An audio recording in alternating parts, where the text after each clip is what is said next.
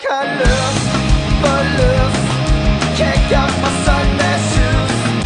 Please, Louise, pull me up from my knees. Jack, get back. Come on before we crack. Lose your blues. Come on and get the loose. Ayan sa A, isa yan sa mga pupuntahin natin pagtapos na yung mga pelikula. Okay, kuya. Yes. po yung mga kabataan, mga angles po. Oo. Oo nga. Narinig ko na ito nga sa akin ni Direk, ang ganda ng plano. Ano yan, papakiusapan natin yan. Kakaibiganin ko yan para mabitbit natin dito. Batang Puerto, mga batang ko yun noon. Excited na kami, nasimulan yung course. Excited na rin ako na ma-meet kayo lahat. Para sa mga magulang, maswerte kayo.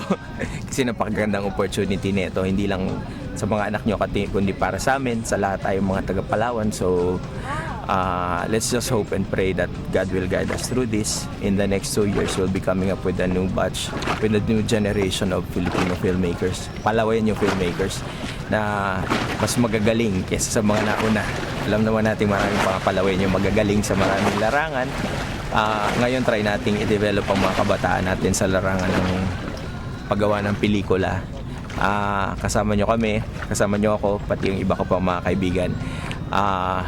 In the hope of raising filmmakers from an island without cinema.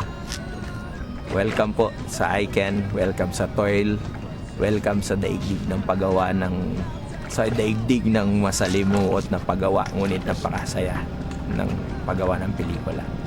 Maraming salamat po. See you soon. Pasensya na wala ako dyan, pero I'm with you in spirit. God bless us all. Thank you. Roll it. Good luck sa ICANN program. Napakagandang program nito para sa mga kabataan ngayon. At sa lahat naman ng kabataan na magiging involved dito, I wish you guys all the best. Sana maging director kayo balang araw at makatrabaho ko kayo.